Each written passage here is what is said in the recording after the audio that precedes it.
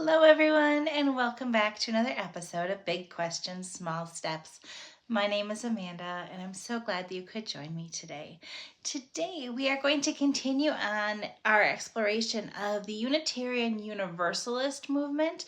Again, if you've missed my first two episodes, you may want to go back and check that out. Basically, it's recognized by some as a Christian denomination. Others say that it's not a denomination because they don't have a centralized belief.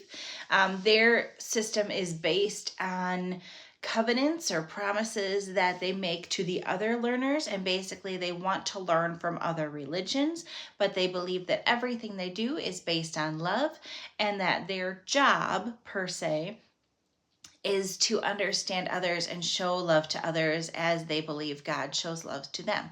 A big difference in the Unitarian Universalists than the other Christian denominations is they don't believe in the Trinity. They don't believe that's a thing. And they don't believe that Jesus is the Son of Man. They think the Son of God, sorry. They believe that Jesus is just a man who did some nice things, just like many other people did nice things. They believe that Jesus has a relationship with God, just like many people who foster a relationship or connection with God have a special relationship with God. So they don't necessarily put extra emphasis on Jesus, and they certainly don't do the Trinity. So far we've talked about the history of how this denomination came to be. And we also talked about their beliefs. In today's episode, we're going to talk about what life actually looks like for them. So we're going to talk about the holidays and how they celebrate them. We're also going to talk about their social justice movement. They're very big into being social activists and making sure that those who are deemed minorities by the community, or those that are marginalized in some way, feel like they belong and have a representation. So we're going to talk a little bit about that aspect as well. Of course, wherever you have activism, you're going to have some controversies. So I'm going to share a little bit about their controversies as well. If you are ready to jump right on in, let's hit the intro and we'll begin.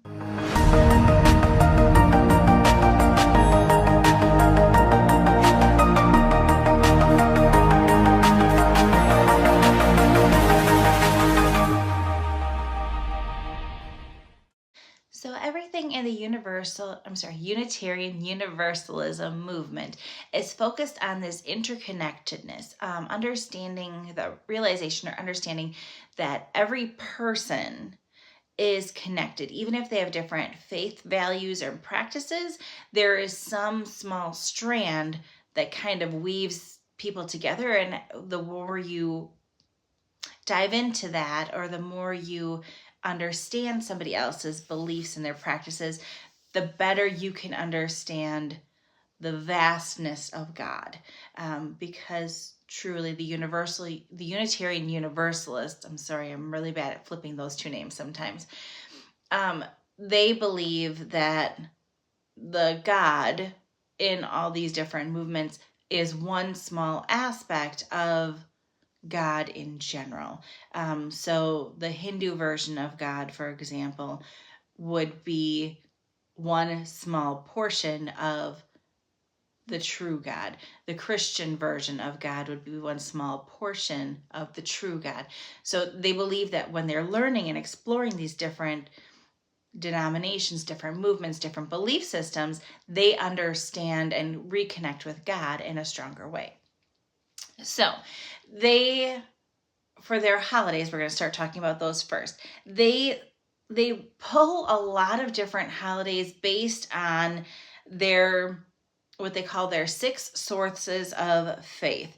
And that is their beginning principles that they had, where everything is interwoven. They're interwoven and interdependent on each other. They're talking about injustice and love, and that everybody has value. I have a slide that shows that as well. But it's basically focused on all these, and basically saying that whatever denomination or religious practices you have or you don't have, all of that has meaning and has value, and they try to see value in many things. So the holidays they celebrate are vast. They celebrate almost all Christian holidays. So they celebrate Christmas and Easter as big ones. They also celebrate Jewish holidays such as Passover. And they celebrate pagan holidays such as the winter solstice. They also celebrate secular holidays such as Earth Day or Martin Luther King Jr. Day, Labor Day, Thanksgiving Day, all of those different days that you would celebrate in different cultures. Diwali, sorry, I pronounced that incorrectly, Chinese New Year or Lunar New Year. They would celebrate all the holidays depending on what you as a person, because it's very person-based, have explored. So if you have explored Judaism, you would celebrate Passover. If you, as a Unitarian Universalist, were exploring the Baha'i faith, you would celebrate their holidays, and so on and so forth. But they also have 3 celebrations that are specific for Unitarian Universalists. And again, all 3 of these go back to that oneness aspect. So the first one they have is called the Water Communion. And this is really more of a gathering ceremony that occurs in fall. Okay, during this time when they gather, so wherever you would, if you don't have a worship space that you're going to, because there's not very many universal Unitarian worship spaces, you would gather with other Unitarian Universalists or people that matter to you, and you would hold this water ceremony in the fall.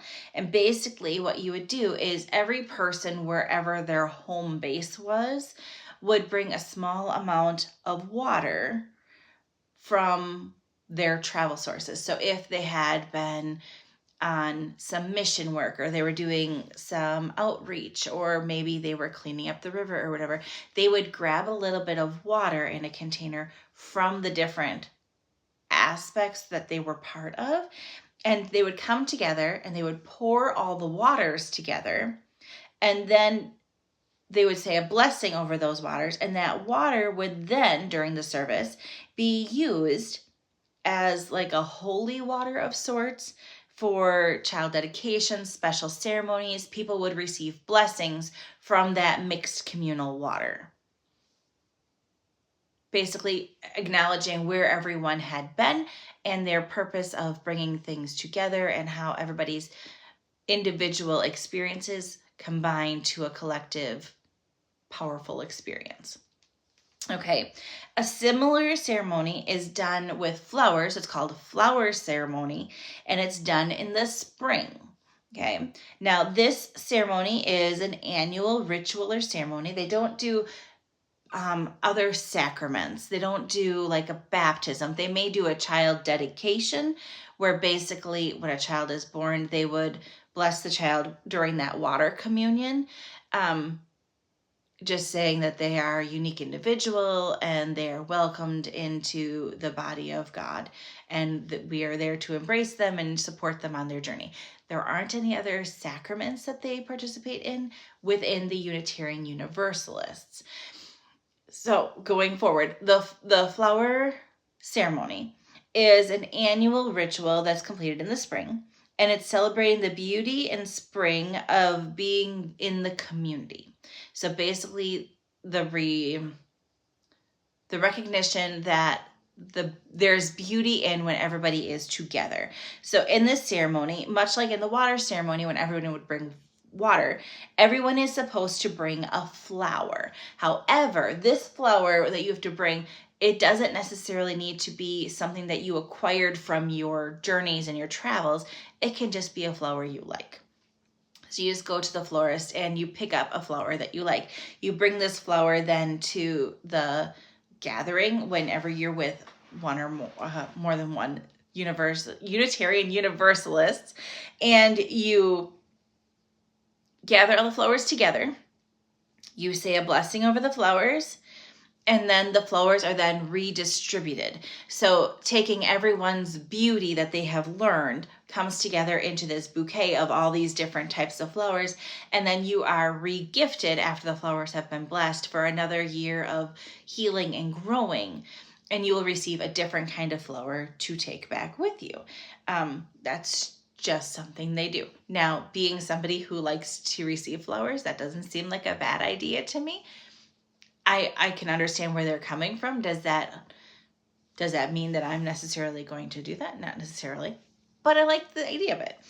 The last particular holiday that Unitarian Universalists do is they do something called the Yule log service. And this is really based on European pagan traditions, remnants of that. It occurs during winter, particularly at the winter solstice and the changing of the year. So it's sometime between the winter solstice and the changing of the secular year. I know that there's a span in there, but it'll occur sometime within there. And basically what they will do is they will take a log. They don't say necessarily that it has to be a special log, but they will take this log, and when people are gathered around, they will gather around this log, and the log will have cuts made into the log, celebrating all the different things, experiences, beliefs. It's typically 7 cuts because there are 7 principles within the Unitarian Universalists, and they will then set the log ablaze, and the log being ablazed is supposed to clean out the bad energy from the last year and bring hope. The light is supposed to bring hope for the new year. It's typically a time where family and friends gather together. They may sing songs. They may just enjoy the company of each other and stare at the fire and have some deep confrontation in their mind. It's just a time to celebrate friends and family and acknowledging the turning of the seasons again. So they have something in fall, they have something in spring, they have something in winter. They don't have any celebrations during summer, but again, the Unitarian Universalists are not like a traditional church. They don't have necessarily full worship services that they go to. Again, there's about between 5 and 10 formal Unitarian Universalist churches, because typically the members of the Unitarian Universalists are participating in other faith practices, and they just are supported by the beliefs within the Unitarian Universalists. So they don't necessarily attend a worship service specifically for them, just because the populations typically don't support having their own worship spaces. So like my sister, for example, identifies as her beliefs align with Unitarian Universalists. However, she belongs to the United Church of Christ. So she will attend services at the United Church of Christ, but some of her beliefs will focus on that intrigueness with learning about other communities and part of their participations, seeing the value in other people, and that anything, regardless of what they do, should be focused on love and not necessarily focused on this is what I do because I'm Muslim, or this is what I do because I'm this. They believe that it's all part of one of the same. So that's what they believe. So let's talk a little bit about their social justice movement. Again, they are big believers in that every marginalized group should have a voice, and it's their job to speak up for those that are marginalized. They believe that their actions should be taken. They should take action to make the world a better place. And they believe that is actually more important than having a common belief system. So their slogan that they tend to go by is deeds, not creeds. What you do is more important than believing blindly to one faith practice statement. Okay. So in the 19th century, the Unitarian Universalists were very active in a process known as abolitionists. They were also very active in the women's movement and the temperance movement and social reform movements in general. Historically, the Unitarian Universalists were particularly very active in the social rights movements within the NAACP. They were participants in the Selma March. They were active participants in the LGBTQ rights movement. That's a big push for them currently. And basically social justice in general. Definitely they are big advocates of the feminist movement and feminine rights in general. So on June 29th of 1984, the Unitarian Universalists actually became the first major church. If you see them as a church, if you don't see them as a church, then you would say they were the first major group that approved religious blessings on homosexual unions. So in the 80s, that was a big taboo subject. It was a lot of talk about AIDS and things like that, and homosexuals were wrong and they were dirty and things like that. So for the Unitarian Universalists to come out as being big supporters of this was a big deal. So they were the ones that took an official stance first to legalize same-sex marriages. They called it siding with love, and that it's not necessarily their choice who they love, and it's their job just to support each other, and it's God's job to judge. Okay. Currently, they are also being a big push for the Unitarian Universalists, big push on polyamory awareness. So basically educating leaders and members and people in general about polyamory. And that's basically having more than one partner that you might be in a relationship with, and that love is not confined to just one person. So two people in a relationship, that love is love and it shouldn't be judged. So that's their current biggest push to get education out there to lessen the stigma of that. Now, jumping to, we're going to talk about women's role for just a little bit. So this involved significantly over time within the Unitarian Universalist movement. They've always been a group that is very outspoken and tries to speak highly for those that are marginalized. So certainly as they were coming about and women were facing that glass ceiling and there were jobs they couldn't have, certainly they were outspoken about women's rights. This also came into be because women in the religious settings were frequently excluded from leadership positions or serving on communities or different ways to help. They were seen as they were supposed to be helpers, instead of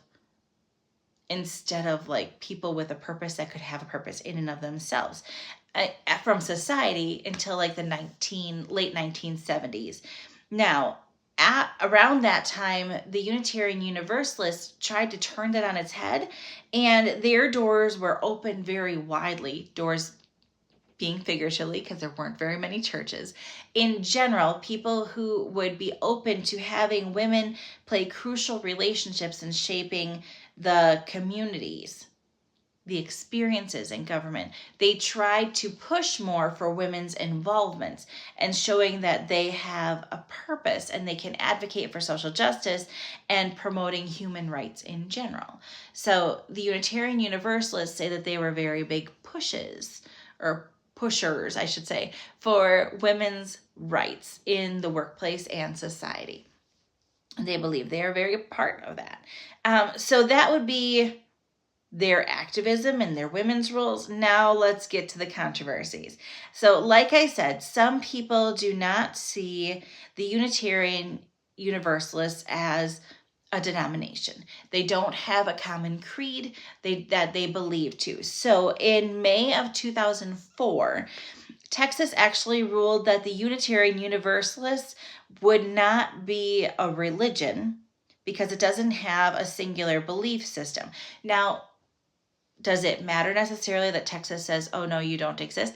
No. However, by saying that you're not a religion, they're not recognizing you, they take away that tax exempt status. So if you were making donations in the name of the Unitarian Universalists, then all of a sudden it became taxed. If you were doing any outreach activities, all of those outreach activities would now be taxed, and that was a financial burden. So there were some that fought that a little bit more, and within a couple of weeks that decision was then reversed because they showed that while they don't have a common creed that they follow as Unitarian Universalists, they do have a set of beliefs, and there is no law that says you have to have a common creed in order to qualify for tax exempt status. So that was one of the controversies. stepping a little bit back more, in 1992, the Unitarian Universalism Association of America published statements that opposed the Boy Scouts of America's publication. Boy Scouts of America at the time was very much discriminating against homosexuals, atheists, agnostics, things like that. And the Unitarian Universalists basically said, you are a tax exempt group and you are excluding people basically based on how they live their life and their beliefs, and that's not okay. So in 1993, the Unitarian Universalist Association updated curriculums.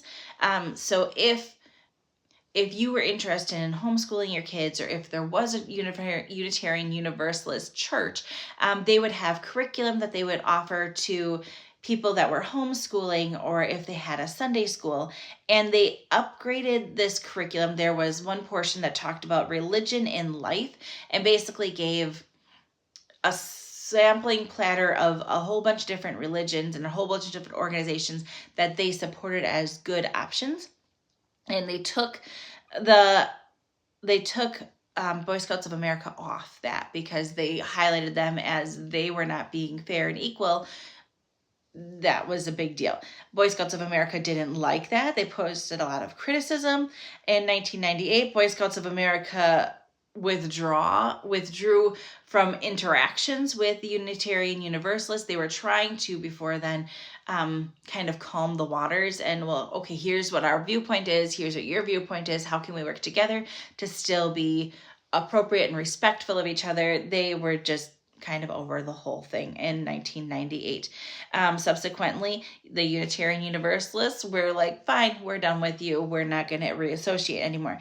So they did that. Later on, in the early 2000s, the Unitarian Universalists did additional information about programs. They talked about sexual discrimination and sexual orientation and personal religious viewpoints. And they basically called out the Boy Scouts of America again about their statements and how they were negative, essentially, and how they were not being what they considered to be somebody of high quality in engaging somebody and respecting each other for their individual beliefs. So that was a big deal. And then there was a man named William Sinkford. Now he was president of the Unitarian Universalists for a little while. Now, when I say president, don't get excited and be like, oh, well, there is a hierarchy. Not really. Again, there was only 5 to 10 churches, and it was he's basically the spokesperson, or the person who culminates this information and shares it out with the members through the website. So there's different websites you can be a part of for the Unitarian Universalists, where they share information about activism and different groups that you could be a part of, or different holidays that are coming up, or different religions. They just share information. So he was the person who organized this. Now, during his presidency, there was a debate on whether they should, quote unquote, return to a language of reverence. So basically they were contemplating if they should change from the way they traditionally prayed, in whatever home language they were, in whatever language they were a part of in these different movements, if there should be like a separate language to hold more reverence. And some saw this as a great opportunity to regain power in the interfaith community, saying, hey, we're Unitarian Universalists and we pray in this language, and that's how we show our appreciation for all these different languages. And some saw this as really just a way to kind of push more towards an Orthodox or a more Christian hierarchy, push more of this is who we are and accept us for who we are, whereas that's not really their mindset. Their mindset is we want to accept everybody where they are, and so it kind of became a pushing their own agenda thing. So that was a very splitting decision, and basically it was abandoned because there were so many people who pushed against it, saying this goes completely against what we say in our principles as far as respecting all and having acknowledgement and appreciation for all, and that interdependence and how every person is important and important within that area. So that was interesting. And then the last controversy that we're going to talk to is actually one that started in the in about 2010, 2012, somewhere in there. There was a controversy because in the Unitarian Universalist movement, there are many individuals, and like I said, there's about 5, maybe 10 churches, okay? And one of the churches in the southern region of the United States, they were looking for a pastor. And there was a woman who was of Latin descent, and they happened to be in that area. They were a member of the church. They saw this as an opportunity that they could share their experiences and kind of be that outspoken spokesperson to lead this group. They were essentially passed over for the job, and the job was given to a white man from outside the area. Not even in the South, not part of that church. He was part of the Unitarian Universalist Association, essentially. He was practicing and learning about different faiths, but he was not from that area at all. And there was a huge uproar because what the impression was of giving this man from outside their community, who happens to be white, this position over somebody from inside this community who is a woman and a minority, it was not a good look. It was not a good look at all. Basically, he was hired, but he quickly resigned when he was made aware of all of the different turmoil that was happening. And that occurred in 2017, and the church very quickly fixed, if you want to call it that, their position, and they did reach out to that Latin American woman and offered her the position. At that point, she was slighted from the whole actions, and she had disassociated with the Unitarian Universalist movement and no longer was interested in the position. So it was a kind of a slap in the face to her, but she did decide to distance herself from the group. But it was definitely an awakening of, if you are a part of the Unitarian Universalist Church, like, your actions need to match what you're saying. And people are aware and people are watching. So interesting. Very, very, very interesting things. I was particularly interested in this episode to learn about the different holiday practices. Some of them, when I was reading about them, sounded pretty neat. Some of them sounded a little bit far-fetched, but that's me from my interpretation. But very much interested in learning about this group as a whole. Very interesting. Now, we talked a little bit today about that there are about 5 to 10 churches within the Unitarian Universalist movement. There's not very many, again, but we are going to talk about in our next episode what a worship service, if you were to go to one of these churches, would be like. We're going to talk a little bit about that more in the next episode. So if you enjoyed today's presentation, I invite you to like this video, hit that subscribe button, because you certainly won't want to miss the next episode. Until then, make sure that you all take care, because the more we know, the more we grow. Bye-bye.